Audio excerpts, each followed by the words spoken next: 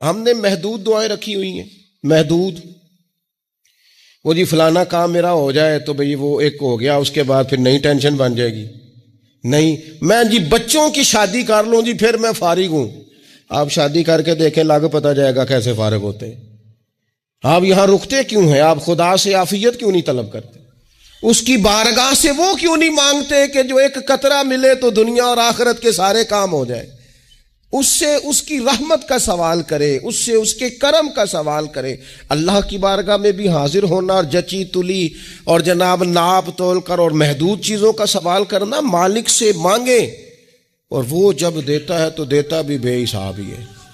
وہ جب عطا کرتا ہے تو کرم کے دروازے کھول کے عطا کرتا ہے، ورنہ تو ایک الجھن سے انسان نکلتا ہے دوسری میں الجھ جاتا ہے. ایک بزرگ تھے، ہر وقت اللہ سے عافیت مانگتے تھے، ہر وقت اللہ سے عافیت مانگتے تھے، ہر وقت عافیت مانگتے تھے. لوگوں نے پوچھا، لوگ ان کو صالح جانتے تھے، نیک سمجھتے تھے، کہ حضور آپ اور کوئی دعا مانگتے نہیں، عافیت ہی مانگتے ہیں. فرمانے لگے میں مانگا کرتا تھا شروع میں، بعد میں خیال آیا ہے اور بھی دعائیں مانگا کرتا تھا، یہ احساس بعد میں نصیب ہوا. فرماتے میں مزدوری کرتا تھا، مال برداری کرتا تھا، ایک جگہ پہ ڈیوٹی کر رہا تھا تو تھک گیا، اور وہ جو کام لینے والے لوگ تھے ان کے رویہ بھی بڑا ترس تھا، تکلیف ہوئی. تو میں نے اپنے مالک کی بارگاہ میں عرض کی، مالک اگر 2 روٹی بغیر مجھے مشقت کے مل جائے دن میں تو تیری بارگاہ تو بڑی کریم ہے. کہتے ہیں میں نے یہ دعا مانگ لی. ذرا میں تھوڑا آگے بڑھا تو 2 بندے آپس میں لڑ رہے تھے، میں ان کی صلح کرانے کے لیے، انہیں بچانے کے لیے آگے بڑھا. تو میں جس کو چھڑا رہا تھا دوسرے نے میرے اوپر ضرب لگا دی، میرا بھی سر پھٹ گیا. تھوڑی دیر کے بعد وہاں پولیس آ گئی، وہ تینوں کو لڑنے والا سمجھ کے اٹھا کے لے گئے، مجھے جیل ہو گئی. 2 روٹیاں بغیر مشقت کے روز ملنی شروع ہو گئی. دعا مانگی تھی نا کہ یا اللہ 2 روٹیاں مل جائے نا بغیر مشقت کے. کہتے ہیں وہ 2 روٹیاں روز ملتی، کوئی کام نہیں کرنا پڑتا، پر جیل ہو گئی. فرماتے میں بڑا پریشان تھا، روز روٹیاں پابندی سے آتی اور بہترین آتی، کھانا ملتا. پھر کچھ عرصے کے بعد میں نے سوچا کہ یار یہ دعا تو قبول ہو گئی نا تیری، اب تو اگر اس پر کوئی الگ بات کرے گا تو وہ تو غلط کرے گا. کہتے ہیں پھر خود ہی میرے دل میں اللہ نے بات ڈالی اور میں نے عرض کی، مالک 2 روٹیاں نہیں، مجھے تو عافیت چاہیے، مجھے تو عافیت دے، میرے اوپر تو کرم فرما، تو نظر رحمت کر، جے ایک قطرہ بخشے مینوں، جے ایک قطرہ بخشے مینوں تے کام بن جاندا ہی میرا، مہربانی کر، عافیت عطا کر. فرماتے پھر خدا نے کرم کیا، کہاں سے اسباب بنے میرے جیل سے چھوٹنے کے، کون کون میرے ضمانتی بنے اللہ ہی جانتا ہے. فرماتے ہیں دروازے بھی کھل گئے، رزق بھی ملتا ہے، صحت بھی میسر ہے، سجدہ بھی کر لیتا ہوں، سویرے تلاوت بھی کرتا ہوں، شام کو مدینے والے کی بارگاہ میں رج کے درود و سلام بھی عرض کرتا ہوں، میں ممکن ہوتا ہے تو کسی غریب کی داد رسی بھی کرتا ہوں. اب سمجھ آئی ہے، ربنا آتنا فی الدنیا حسنۃ وفی الآخرۃ حسنۃ وقنا عذاب النار. اب سمجھ آئی ہے رب سے جب بھی مانگنا ہے عافیت ہی مانگنی ہے. حضرت عباس بن عبد المطلب رضی اللہ تعالیٰ عنہ نبی پاک علیہ السلام کے پیارے چچا جان ہیں، عرض گزار ہیں، یا رسول اللہ صلی اللہ علیہ وسلم مجھے بتائیے میں اپنے رب سے مانگوں تو کیا مانگوں؟ تو حضور نے فرمایا رب سے عافیت مانگو. کہتے میں کچھ دن رکا، کچھ دنوں کے بعد پھر حاضر بارگاہ ہوا اور عرض کی، یا رسول اللہ صلی اللہ تعالی علیہ وسلم مجھے بتائیے میں اپنے مالک سے مانگوں تو کیا مانگوں؟ تو حضور نے پھر فرمایا اللہ سے مانگنا تو عافیت مانگنا. بزرگ فرماتے ہیں یہ عافیت کیا ہے؟ عافیت یہ ہے کہ یا اللہ ظاہری پریشانیاں، باطنی پریشانیاں، اے اللہ ظاہر کے میل کچیل بھی دور ہو جائیں، باطن کے بھی دور ہو جائیں. اے اللہ ہر معاملے میں، ہر آزمائش میں، ہر دکھ میں ہمیں تیری پناہ نصیب ہو جائے. یہ عافیت ہے. اور صوفیہ کرام فرماتے ہیں عافیت سے بڑی نعمت کوئی نہیں اگر کسی کو میسر آئے تو، عافیت سے بڑا حسن کوئی نہیں اگر کسی شخص کو یہ نصیب ہو جائے. اور ایک اللہ والے نے تو ایک اور بڑا خوبصورت ترجمہ یہاں کیا ہے، وہ کہتے ہیں عافیت کا مطلب ہے دل کا قرار. عافیت کا مطلب ہے باطن کا سکون، عافیت کا مطلب ہے انسان کے مزاج کا حوصلہ، ٹھنڈک، بردباری۔ جس بندے کو عافیت نصیب ہو جاتی ہے گویا اللہ اسے سکون کی دولت عطا فرما دیتا ہے، تھوڑے پیسوں میں بھی سکون، بغیر شہرت کے بھی سکون، کوئی بات مان لے تب بھی سکون، کوئی دھتکار دے پھر بھی سکون، لوگوں کی گڈ بک میں ہو پھر بھی سکون، اور اگر لوگ سارے مخالفت میں آ جائیں تو چونکہ اللہ نے عافیت دی ہے پھر بھی سکون۔ اللہ تعالیٰ نے ان لوگوں کو قرار کی دولت، اللہ سے عافیت مانگی جائے، اس میں دنیا کی بھی بھلائی شامل ہے، آخرت کی بھی بھلائی شامل۔ نبی اکرم صلی اللہ تعالیٰ علیہ وسلم توجہ دلاتے کہ اللہ سے تم عافیت مانگو، ہمارا نہ جی، کیونکہ سب سے بڑا مسئلہ روحانی تربیت کا ہے۔ ہمارے ہاں باتیں ڈھیر سارے لوگوں کو آتی ہیں اور بہت زیادہ آتی ہیں، منصوبہ بندی کرنا، پلاننگ کرنا، اپنے معاملات کو خود سے کیسے لے کے چلنا ہے، کیسے ٹھیک کرنا ہے، اپنے حق میں دنیا کو کس طرح قائل کرنا ہے، یہ ڈھیر سارے لوگوں کو آتا ہے، اور اپنے حق میں دلائل کس طرح قائم کرنے ہیں، اس میں بہت سارے لوگ خود کفیل ہوتے ہیں، انہیں کسی سے مشاورت کی بھی ضرورت نہیں ہوتی۔ لیکن اللہ کی بارگاہ سے اپنا رشتہ کیسے جوڑنا ہے، مالک سے کرم کا سوالی کس طرح کر کے ہونا ہے، اللہ سے عافیت کا سوال کیسے کرنا ہے، یہ چونکہ روحانی تربیت میں ہمارا مزاج نہیں ہوتا لہذا ہم اس طرف جاتے نہیں، ہم وہ اپنی مرضی کی چیزیں، یعنی وظیفہ پوچھ کے گئے ایک صاحب، کچھ عرصے کے بعد آئے ہیں تو آ کے کہتے ہیں مولانا صاحب، پیر صاحب یا قاری صاحب یا فلاں صاحب، کسی سے بھی پوچھ کے گئے کہ جس کو نیک آدمی جانا، پھر لوٹ کر آ کے کہتے ہیں کہ آپ نے وظیفہ بتایا تھا پر کام کوئی نہیں ہوا۔ تو میں تو صاف کہتا ہوں اور کھلے دل سے کہتا ہوں کہ بھئی وظیفہ آپ کو بتایا تھا کہ اللہ کی رحمت متوجہ ہوگی، خدا کی رحمت کو آواز دینے کے لیے وظیفہ دیا تھا، کوئی بھی وظیفہ رب کو مجبور تو نہیں نہ کر سکتا معاذ۔ اور وظائف کس لیے پڑھے جاتے ہیں کہ جلدی سے معاملات ٹھیک ہو جائیں، میرے حق میں چیزیں بہتر ہو جائیں، تو اللہ کی رضا کے لیے پڑھے جاتے ہیں۔ تو وظائف کو، عبادات کو، نوافل کو، تلاوت کو، درود پاک کو تو رضا الہی کا ذریعہ بنانا چاہیے، لیکن ہم چونکہ ایک پورا الجھاؤ رکھتے ہیں اپنی دنیا داری کے معاملات سیدھے کرنے، ایک پورا خیر رکھتے ہیں۔ وہ لوگ ملتے رہتے ہیں مختلف بزرگوں کی نسبت کے تعلق سے، تو بعض جگہوں پہ بعض لوگ بڑے تیز ہوتے ہیں، یعنی ان سے آپ کی ملاقات ہوتی ہے تو بندے کو محسوس ہوتا ہے کہ یار اسے تو پہلے ہی ساری باتوں کو پتہ ہے، اور کئی دفعہ ان سے ملنے کے بعد احساس ہوتا ہے کہ یار اس سے تو تھوڑا سیکھ ہی لیتے تو بہتر تھا، یہ تو بات بڑی آگے نکل گئی۔ سارا پتہ ہوتا ہے، باشعور ہوتے ہیں، لیکن ڈر آتا ہے اللہ سے۔ اتنا باشعور آدمی، سمجھدار، پنچایت، پریا، لوگ، دین، دنیا سارا پتہ ہے، نماز کا ٹائم آ گیا تو وہ چھپتا پھرتا ہے،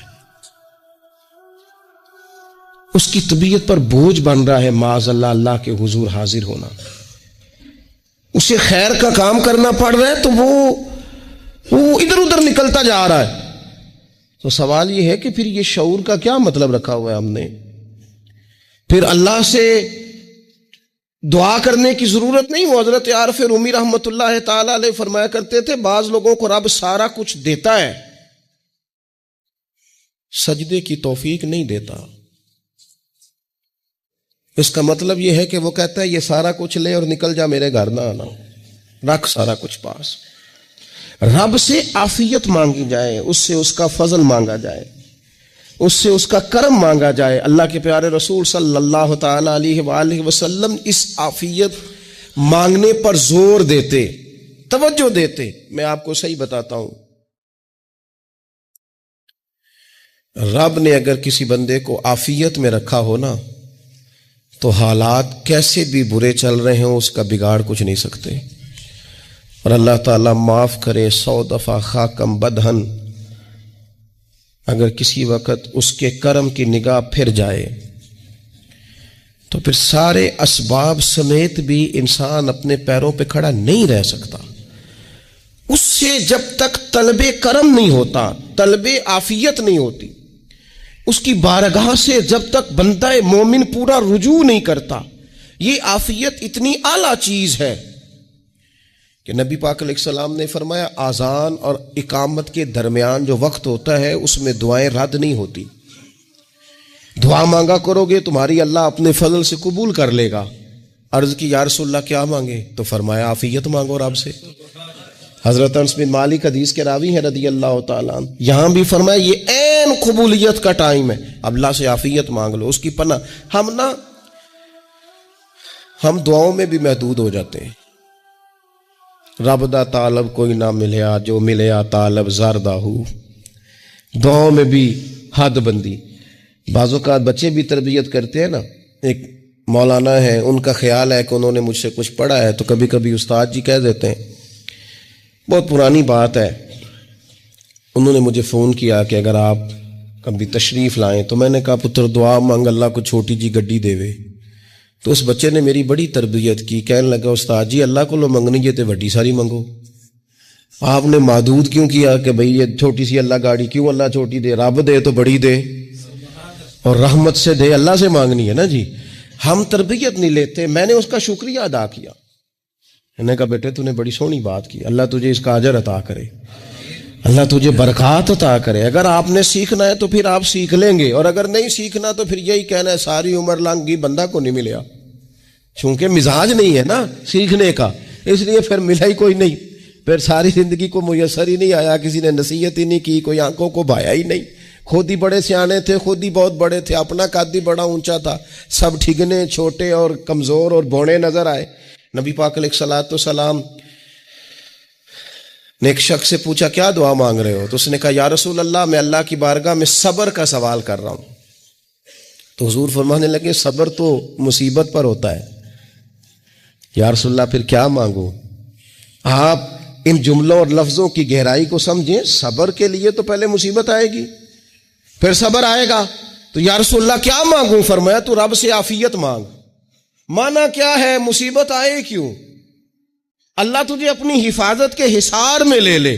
وہ وقت ہی کیوں آئے کہ جب تیری طبیعت الجھ جائے، جب تو پریشان ہو جائے، جب تو تو اللہ سے عافیت مانگنا. جب تو عافیت مانگے گا تو اگر کبھی مشکل آئے گی بھی نا تو خدا پھر اپنے فضل سے مشکل سے نکلنے میں رستہ بھی بڑی جلدی عطا فرمائے گا اور تیرے اوپر فضل فرمائے گا. اگر عافیت، یہ جو ہم نبی پاک کی امت ہے نا، تو یہ ہمارے گرد اللہ کے فضل اور اس کی رحمت کا حصار ہے. یہ حصار ہے ہمارے گرد. وہ درویش نے کہا تھا نا کہ کروں شکر کتنا اور کروں فخر کتنا کہ تیرے کرم نے مجھے فائز المرام کیا. دیکھو بنا کے سید عالم کا امتی مجھ کو گناہ سے پہلے ہی بخشش کا انتظام کیا. ابھی میں نے غلطی کی نہیں، لیکن مجھے حضور کا غلام بنا دیا، بخشش کا بندوبست پہلے ہو گیا.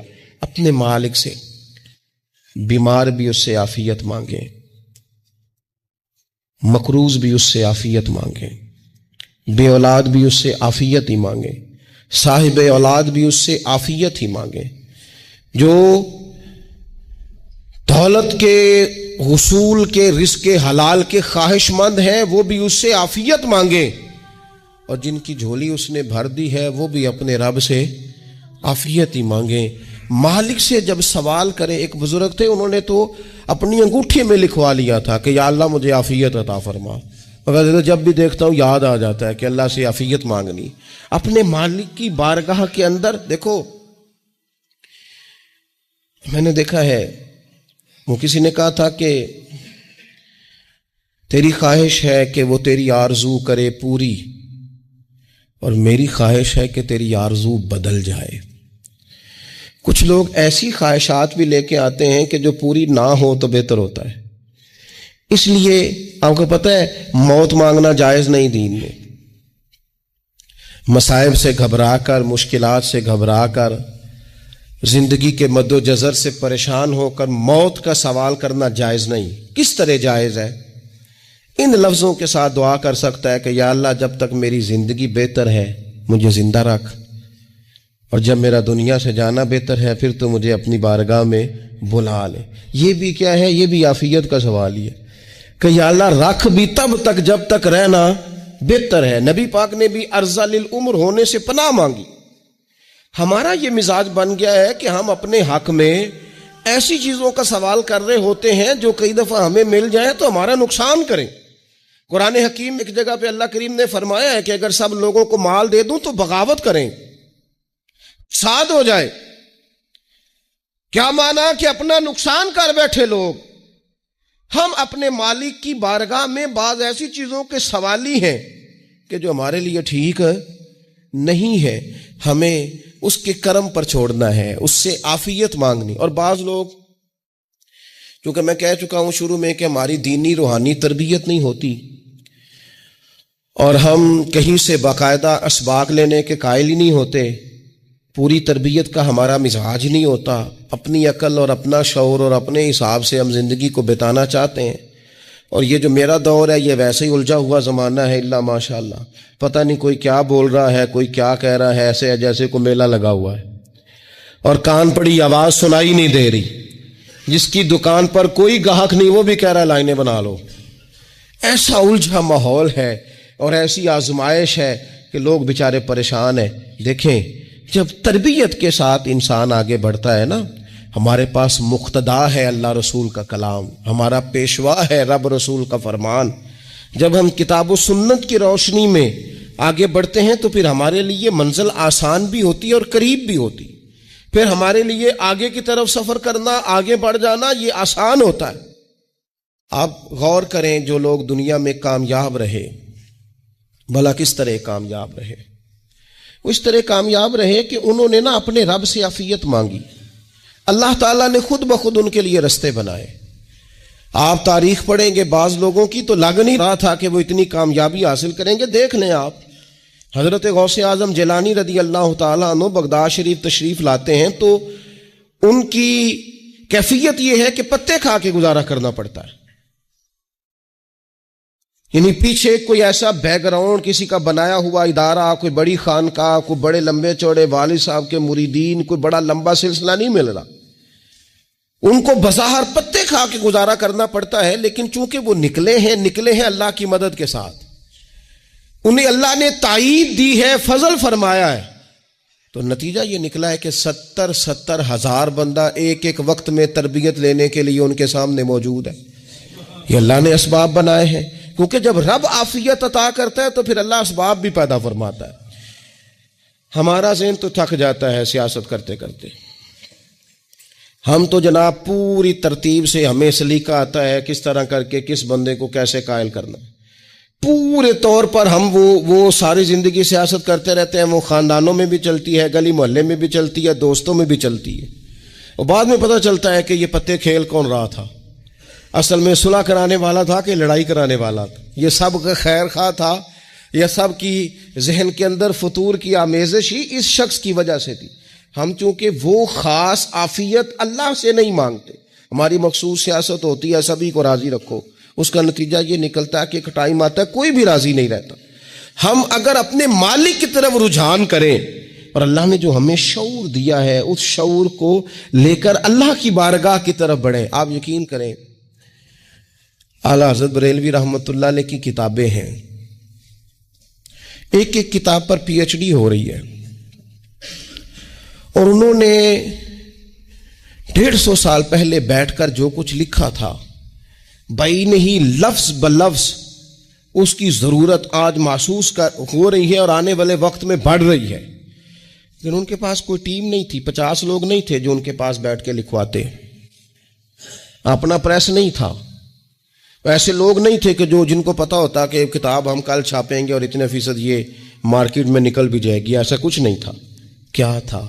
اللہ کی مدد ساتھ تھی, تائید ایزوی ساتھ تھی, اللہ نے اپنی عافیت میں رکھا تھا.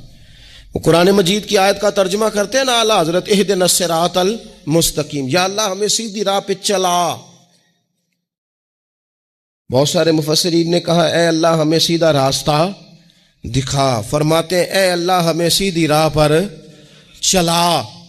تو کسی نے کہا حضور یہ چلا اور دکھا میں کیا فرق ہے؟ فرمانے لگے دکھانے کا مطلب یہ ہوتا ہے کہ کسی نے پوچھا میں نے گجرانوالہ جانا ہے, تو دکھانا یہ ہے کہ اسے کہا یہاں سے باہر نکلو, روڈ پہ چڑھ جاؤ, سیدھے جاؤ گے, ایک پول آئے گا اسے کراس کرنا, نیچے اترنا، وہاں سے شہر شروع ہو جائے گا۔ پھر اس نے اگر کوئی اندرونی جگہ شہر کی پوچھ لی تو اس کو کہا کہ رائٹ ہو جانا، پھر لیفٹ ہو جانا، پھر آگے کسی سے مزید۔ یہ ہے راستہ دکھانا، اور ایک ہے چلانا۔ اس نے کہا میں نے گجرانوالا جانا ہے، تو اس نے کہا ساتھ بیٹھنا میری گاڑی پہ، جہاں تو نے جانا ہے میں چھوڑ کے آتا ہوں۔ یہ راستے پہ چلانا ہے، یہ مقام تفکر ہے۔ آپ اس پر غور فرمائیں گے۔ کہتے ہیں یا اللہ تو ہمیں راستہ دکھائے گا، اور دکھاتا ہے، لیکن چاروں جانب شیطان بھی تو بیٹھا ہے نا، فتنے بھی تو ہے نا۔ تو اگر تیری رحمت ساتھ ساتھ رہے، مانا کہ محبت کے سفر میں ہر گام پہ 100 مشکل ہے، لیکن یہ سفر آسان بھی ہے اگر ساتھ تمہارا ہو جائے۔ اگر تو ساتھ چلے تو پھر یہ سفر مشکل۔ وہ ہارون رشید نا اپنے محل کی چھت پہ ٹہل رہا تھا، سب سے اوپر والے چوارے پر، نیچے سے حضرت بہلول دانا گزر رہے تھے، اوپر اس کے ساتھ سپاہی بھی تھے، گن مین بھی تھے۔ اس نے کہا یہ بابا تو ذرا اوپر اٹھاؤ۔ انہوں نے ایک ڈولی، ایک ٹوکری سمجھ لیں، اس کو رسیاں باندھ کے نیچے پھینکا۔ نیچے جو سپاہی تھے ان کو کہا کہ یہ بابا جی کو پکڑ کے اس میں بٹھاؤ۔ انہوں نے جبرن تھاما بابا جی کو، اس میں ڈالنا، اوپر والوں نے کھینچ لیا۔ 2-3 منٹ لگے۔ ہارون رشید کے سامنے حضرت بہلول دانا پہنچ گئے تو تھوڑے ناراض بھی ہوئے کہ یہ کوئی طریقہ تو نہیں نا بلانے کا۔ ملاقات ہوئی تو کہا کیوں بلایا؟ کہنے لگا ایک مسئلہ پوچھنا تھا۔ فرمانے لگے بادشاہ ہے نا، تیرے مسئلے پوچھنے کا بھی اپنا ہی انداز ہے، پوچھ مسئلہ۔ کہنے لگا بابا پوچھنا تھا کہ آپ اللہ تک کیسے پہنچے؟ حضرت بہلول دانا چپ کر گئے۔ 2-4 منٹ کے بعد کہنے لگے جس طرح ابھی زمین سے تیرے تک نہیں پہنچا، بالکل اسی طرح پہنچ گیا اور رب کریم کی بارگاہ تک، اور وہ بھی جو اس نے کرم فرمایا ہے، ورنہ میں تو نہیں سمجھتا کہ میں پہنچ گیا ہوں، وہ بھی اگر تیری خوش گمانی ہے۔ ہارون رشید کہنے لگا مجھے سمجھ نہیں آئی۔ فرمانے لگے تو بادشاہ جو ہے، اتنی جلدی کیسے سمجھ میں آئے گی تجھے بات؟ فرمانے لگے اگر میں تجھ سے ملنا چاہتا نا تو میں ایک درخواست لکھتا، پھر کسی وزیر سے سفارشی سائن کراتا، پھر وہ جمع کراتا، پھر مجھے ٹائم ملتا کہ فلاں دن فلاں تاریخ فلاں ٹائم آ جانا، پھر آ کے میں لائن میں لگتا۔ پھر بھی تو بادشاہ ہے، تیرا موڈ بنتا ملنے کا کہ نہ بنتا۔ جب میں چاہتا تو پتہ نہیں کتنا ٹائم لگ جاتا، جب تو نے چاہا ہے نا تو 1 منٹ بھی نہیں لگا۔ فرمانے لگے میں نے دعویٰ ہی نہیں کیا کہ میں جد و جہد کر کے پہنچوں گا، میں نے تو رب کی بارگاہ میں عاجزی کی ہے، پھر رب نے ہی کرم فرمایا ہے، اسی نے مہربانی کی ہے۔ مانا کہ محبت کے سفر میں ہر گام پہ 100 مشکل ہے، لیکن یہ سفر آسان بھی ہے اگر ساتھ تمہارا ہو جائے۔ اس کے کرم کا ساتھ رہا ہے، اس سے عافیت مانگی ہے، اپنے آپ کو اس کے سپرد کیا ہے تو اس نے کرم کر دیا۔ جب تک یہ مزاج نہیں ہم بناتے کہ مالک سے عافیت کا سوال کریں، اپنے آپ کو اپنے رب کے حوالے کر دیں، اس کی رحمتوں کے سپرد کر دیں، اتنی دیر تک زندگی میں ٹھہراؤ نہیں آتا، قرار نہیں آتا۔ مشکات میں موجود ہے، اللہ کے پیارے رسول صلی اللہ تعالی علیہ وسلم تیمارداری کے لیے گئے تو صحابہ کرام فرماتے ہیں وہ بندہ نا اتنا پتلا نحیف اور لاغر ہو گیا تھا جس طرح چڑیا کا بچہ ہوتا ہے، کمزوری ضعف طاری تھا۔ تو محبوب کریم نے اسے دیکھا تو بڑے کریمانہ انداز میں کریم فرمانے لگے تو کوئی دعا نہیں مانگتا، تو عافیت نہیں مانگتا اللہ سے؟ عرض کی یا رسول اللہ صلی اللہ تعالی علیہ وسلم، میں نے اپنے رب کی بارگاہ میں عرض کی ہے مالک قیامت کا عذاب بڑا سخت ہے، میں نہیں برداشت کر سکتا، تو نے اگر مجھے کوئی سزا دینی ہے تو یہیں دے لے، قیامت کو نہ دینا۔ تو کہتے ہیں محبوب فرمانے لگے سبحان اللہ، او خدا کے بندے تو رب کی سزا دنیا میں بھی نہیں سہ سکتا، اللہ سے یہ بھی سوال نہ کر، تو رب سے کہہ ربنا آتنا فی الدنیا حسنۃ وفی الآخرۃ حسنۃ وقنا عذاب النار۔ تو رب سے دنیا میں بھی حسنہ مانگ، بھلائی مانگ، تو آخرت کے لیے بھی بھلائی مانگ، تو اس سے عافیت کا سوال کر۔ تو نے یہ سوال کیوں کیا؟ عرض کی یا رسول اللہ کرم ہو گیا ہے، مجھے سمجھ آ گئی ہے، اب میں اسی طرح ہی کروں گا۔ عزیز دوستو، ہم کہاں سہ سکتے ہیں؟ ہم دنیا میں رب کی سزا ہم نہیں سہ سکتے، ہم کمزور ہیں، تو گرمی نہیں سہ سکتے، شدید سردی نہیں سہ سکتے، شدت کی بھوک لوگ نہیں سہ سکتے، کوئی آزمائش نہیں سہ سکتے۔ وہ جو لوگ بعض اوقات کہہ دیتے ہیں نا جی فلاں چیز ہمارے اعمال کا نتیجہ ہے، تو میں کیا کرتا ہوں نہ کو یار، ہم تو یہ بھی نہیں سہ سکتے، ہم کہاں برداشت کر سکتے، ہمیں تو وہ معاف ہی فرمائے، ہم حساب والے ہے ہی نہیں، ہم تو صرف معافی والے ہیں۔ ہم سے نہ حساب پوچھے، اس نے حساب پوچھا تو پھر تو بڑی مشکل ہو جائے گی، اگر اس نے حساب پوچھا تو بڑی رسوائی ہو جائے گی، اگر حساب پوچھا تو مشکلات سامنے دکھائی دینے لگ جائیں گی۔ ہم سے تو وہ درگزر والا معاملہ کرے، ہم سے تو وہ کہے جا میں نے محبوب کے صدقے تجھے معاف کیا، جا تیرے لیے رحمت اور بخشش والا فیصلہ کیا۔ وہ کوئی سبب، اس کی رحمت کسی سبب کو دیکھ لے اور درگزر کر لے۔ تو آج کی پوری گفتگو میں آج آپ کو بڑی ذمہ داری سے یہ گزارش کر رہا ہوں، اللہ سے عافیت مانگے، ہر وقت عافیت مانگے۔ میری سالوں سے روٹین ہے، میں دعا مانگتا ہوں، اللہم انا نسألک العفو والعافیت فی الدین والدنیا والآخرہ۔ اور یہ خاموش تبلیغ ہوتی رہی، میں مانگتا رہا، کئی بچوں کو ویسے یاد ہو گئی، اس کو یاد کر لیں، اللہ سے عافیت مانگے، دین میں، دنیا میں، آخرت میں، اس کو اپنا مزاج بنائے۔ اللہ تبارک و تعالی ہم سب کو عافیت نصیب فرمائے۔ آخر دعوانا الحمدللہ۔